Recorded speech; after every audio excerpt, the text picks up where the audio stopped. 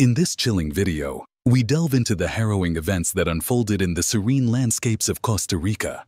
It was a night like any other, until the tranquility was shattered by the discovery of 47-year-old Maria Luisa Cedeño's lifeless form in a hotel room. What began as a routine stay turned into a nightmare of epic proportions. Maria Luisa's body lay motionless, bearing the gruesome evidence of a sinister struggle, bite marks, mementos of a savage attack perpetrated by unknown assailants.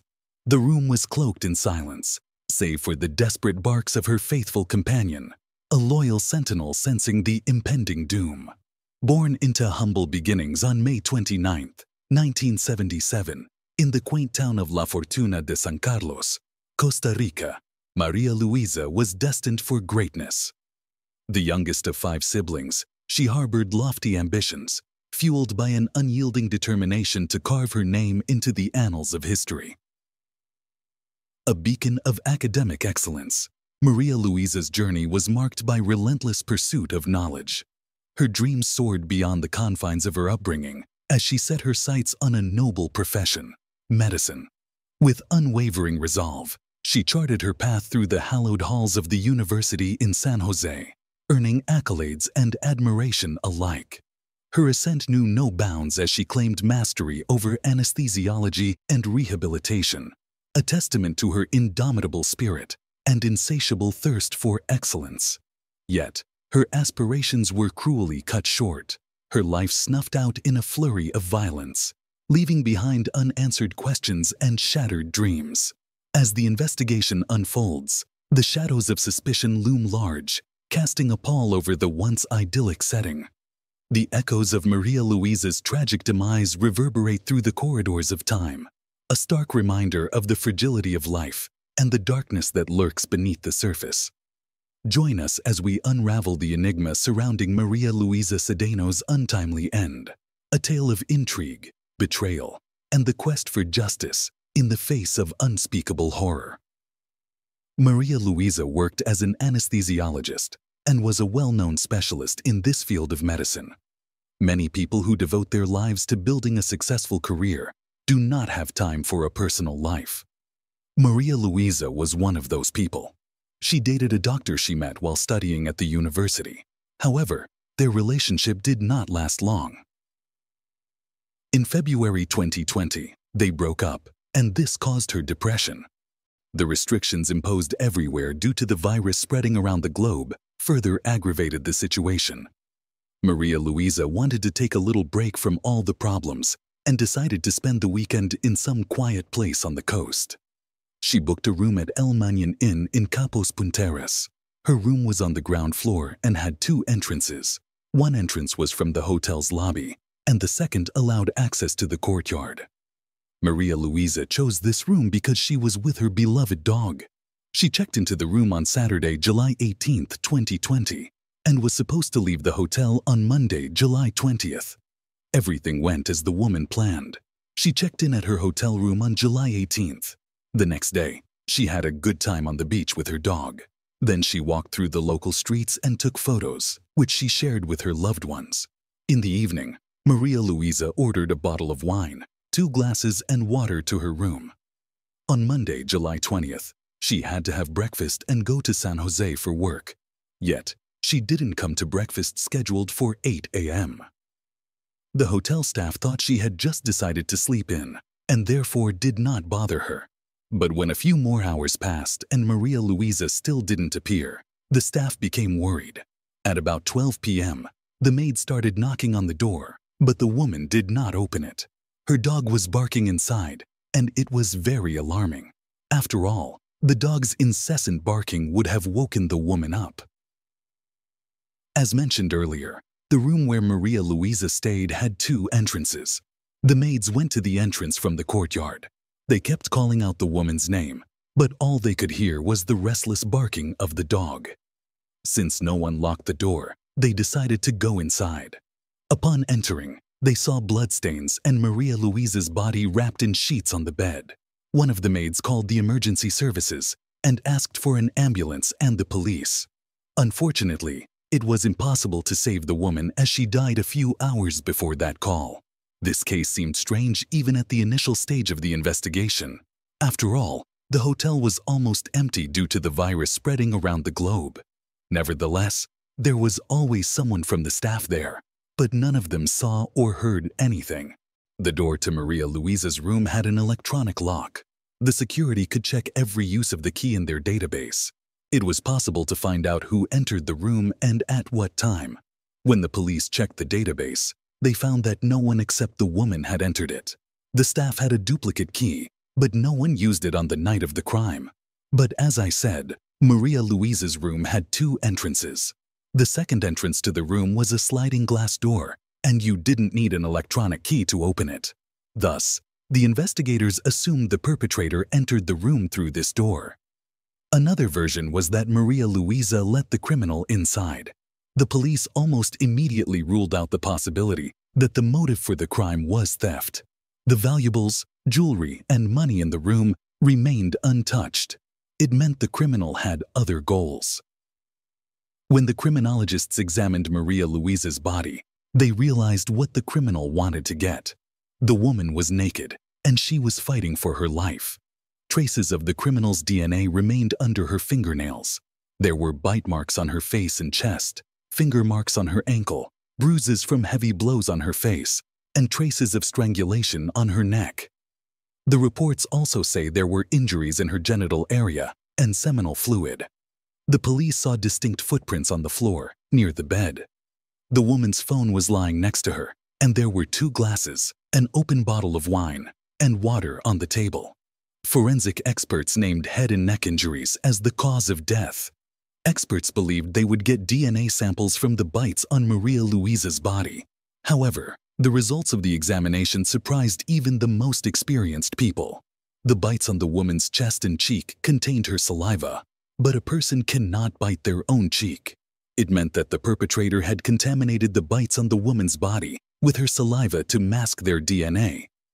Another oddity was that the perpetrator washed Maria Luisa's dead body before wrapping it in a sheet and putting it on the bed. Perhaps this is how the person who took the woman's life wanted to destroy the evidence left on the body. To some extent, this person succeeded. Maria Luisa's death was an unimaginable challenge for her family, especially for her parents, who were over 80. It wasn't just death. The torture that Maria Luisa went through before her death made her family's grief even more painful. None of the friends, colleagues, and relatives could believe this kind, cheerful, and sympathetic soul was no longer with them. News of the brutal crime that resulted in the death of a well-known anesthesiologist spread quickly across Costa Rica. Therefore, the police wanted to find the person responsible for the death of Maria Luisa as soon as possible. The police started the investigation by checking everyone who worked and lived at the hotel during the same time as Maria Luisa. Although there were CCTV cameras at the hotel, the police couldn't obtain recordings as these cameras weren't working. The hotel was practically empty due to the situation in the world. The lack of customers also affected the number of staff. Maria Luisa wrote to one of her friends that the same person who served the coffee also performed other duties at the hotel. Despite all this, she noted that she was having a great time there. The owner of the hotel was a Dutch businessman, Harry Bowden. The man was born in The Hague in 1951. In the 1970s, he moved to the United States and started working at Hilton. At some point, he rose to the position of hotel manager. Bowden became director of the National Press Club in Washington in the early 1980s. Officially, it's a journalists' club, but it's also a place where politicians and presidents from all over the world meet with each other and journalists. Over time, Bowden gained connections and bought real estate in many countries. One of his possessions was a hotel in Costa Rica, where he lived with his young husband, Yer Danilo Obando. Another guest of the hotel was 38-year-old Teodor Herrera Martinez. He was in a close relationship with the hotel's owner, Harry Bowden. According to the latter, they met in one of the bars where Martinez worked as a stripper. About a year later, Bowden invited him to work at his hotel, but later fired him due to a lack of customers. However, he allowed Martinez to live in one of the rooms for free. The two men had friendly relations. Martinez periodically carried out personal assignments for Bodon and some work related to hotel maintenance. Teodoro Martinez became the first suspect after an official police dog led investigators to the door of his room. There were scratches on his back and cheeks, which were probably left by Maria Luisa Cedeño when she was fighting for her life. The police found traces of blood on his shoes, which indicated his involvement in this crime. They arrested Martinez on the first day after the crime and sent him to prison for 6 months. During this time, the authorities had to complete the investigation, establish all the details of this crime, and take the case to court. 5 days after Maria Luisa's death, police arrested a second suspect. It turned out to be 36-year-old Luis Carlos Miranda. The man, just like Teodoro Martinez, was a close friend of Harry Bodon. When the latter's business was going well, Miranda served as his public relations specialist. He also lived in a hotel but had problems with work at first. The police did not disclose details of what evidence allowed them to arrest Miranda initially. However, it soon became known that experts believed Miranda left one of the bites on the victim's body. Like Martinez, he was imprisoned for 6 months at the beginning of the investigation. The police assumed that Maria Luisa might have invited someone to her room. They made this conclusion based on the fact that the woman ordered 2 glasses to her room. But after interviewing her family and friends, investigators learned that Maria Luisa often took 2 glasses when she drank wine. She used the second one for water. A month after Maria Luisa's death, the police arrested the hotel's owner, Harry Bodon. One of the bites on the woman's body matched his dental cast, and investigators believed that Bodon was one of 3 people involved in the crime. All 3 arrested, of course, denied any involvement in the death of the well-known anesthesiologist. While Miranda and Martinez received 6 months in prison, Harry Bodon was under house arrest due to his health problems. Reports say he had Parkinson's disease and was battling cancer. The police questioned Bodon's husband, Eater Danilo Obando. He denied that Harry could have been involved in Maria Luisa's death, describing in detail the day and night when the crime occurred. That day, as usual, he got up early to help Bodon bathe and get dressed. Then Obando went to sleep at 12 p.m. He woke up, ate something, and went to his office on the hotel territory. At that time, his job was to create a website to improve hotel attendance. Under government restrictions, he spent the day at work and in the evening drank rum with Martinez and Miranda by the pool. According to Obando, he and Bodon were asleep when the latter's phone rang at about 1 a.m. Bodon answered the call. A hotel security guard called Bodon to inform him that Martinez had stolen some beer from the hotel bar and was wandering the corridors. Obando helped Bodon get up, and they went to find Martinez. They found him in shorts and shirtless with a beer in his hand. Bodon took the beer from his hands and threw it on the floor. He told Martinez to go to bed and think about where he would live next, saying he did not want to see him in his hotel anymore. After that, according to Obando, he and Bodon went to their room. It was the night of the crime. It was strange that none of those who lived and worked at the hotel heard anything, considering that Maria Luisa was severely injured and fought for her life. The authorities believed Eater Danilo Obando was involved in this crime too, but found no evidence to prove it. As already mentioned, Harry Bodon was under house arrest. He had an ankle monitor and was forbidden to leave the hotel and contact other suspects. At the end of 2021, Bodon sold his hotel. His health was deteriorating, and he needed to pay for the services of a lawyer. The new hotel owners did not allow him to stay there, and he had to move. He gave the prosecutor's office his new address, but they marked him as a suspect who could flee the country. Therefore, they lifted his house arrest and placed him in the prison hospital. In March 2022, he did not like the care provided there. He called it substandard, claiming human rights violations. The trial started in September 2022. There were more details of the case. After each new court session, the prosecutor's office believed Teodoro Martinez was the main culprit. He had scratches on his body, and his DNA was under Maria Luisa's fingernails. In addition, The traces of seminal fluid found at the crime scene also belonged to Martinez. Due to the great number of people willing to attend the trial and the large number of journalists who covered the case, they postponed the trial several times. The courtroom could not accommodate this many people. Harry Bowden appeared in court in a wheelchair, accompanied by his lawyer who filed a petition to have his client transferred to house arrest due to health problems. However, the court denied this request. The prosecutor's office presented its version of what happened. They believed that on the night of July 19th to July 20th, 2020, 3 suspects entered Maria Luisa's room and attacked her. They entered through a sliding glass door, knowing no one would see it in the database. Moreover, there were almost no people in the hotel. Based on the fact that no one heard the woman's screams, prosecutors concluded that she was asleep when the 3 of them attacked her. They probably covered her mouth with something so no one would hear anything. Harry Bowden and Miranda left their teeth prints on her body. Presumably, these 2 held Maria Luisa, while Martinez brought his sadistic fantasies to life. The exhausted woman fought for her life, but the forces were unequal. They beat her severely and then strangled her, eventually breaking her cervical vertebrae. All 3 men knew they had enough time to cover their tracks. They washed her body, moved it to the bed, and covered it with a sheet.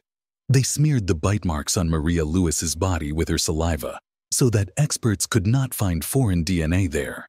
However, each defense lawyer had a different strategy. Bowden's defense argued that their client underwent knee surgery shortly before Maria Luisa's death and had difficulty walking, let alone participating in the crime. They postponed the trial again because the expert witness who was supposed to testify about the teeth marks on the victim's body had left the country. Miranda's lawyer invited a Spanish orthodontist from Madrid. The woman said the teeth marks on the skin weren't sufficient evidence. Her testimony was supposed to last 2 days, but she returned to Spain a day later because she felt intimidated by the prosecutor's office. The latter questioned her competence and wanted to bring her to justice because she was not accredited by a professional association in Costa Rica and therefore illegally posed as an expert. According to the conclusions reached by the Ministry of Justice and Peace, the crime could not have been committed by only one person.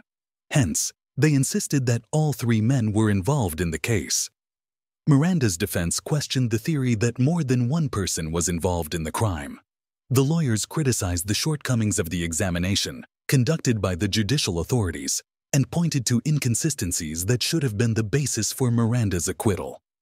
During one of the trials, the court heard the statement from the lead investigator who handled the case. He said it took them more than 5 hours to inspect the crime scene thoroughly. They realized that the criminals washed Maria Luisa's body before moving it to the bed.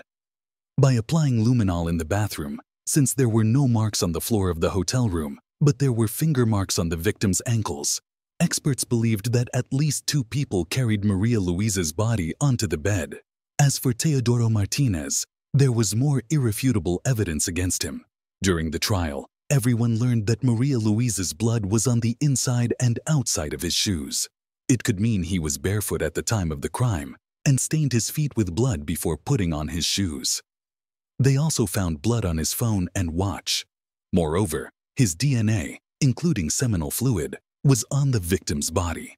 Therefore, unlike the other 2 defendants, Martinez could not claim he was not involved in the crime. Based on all this, Martinez admitted there was intimate contact between them, but he denied he had done everything else.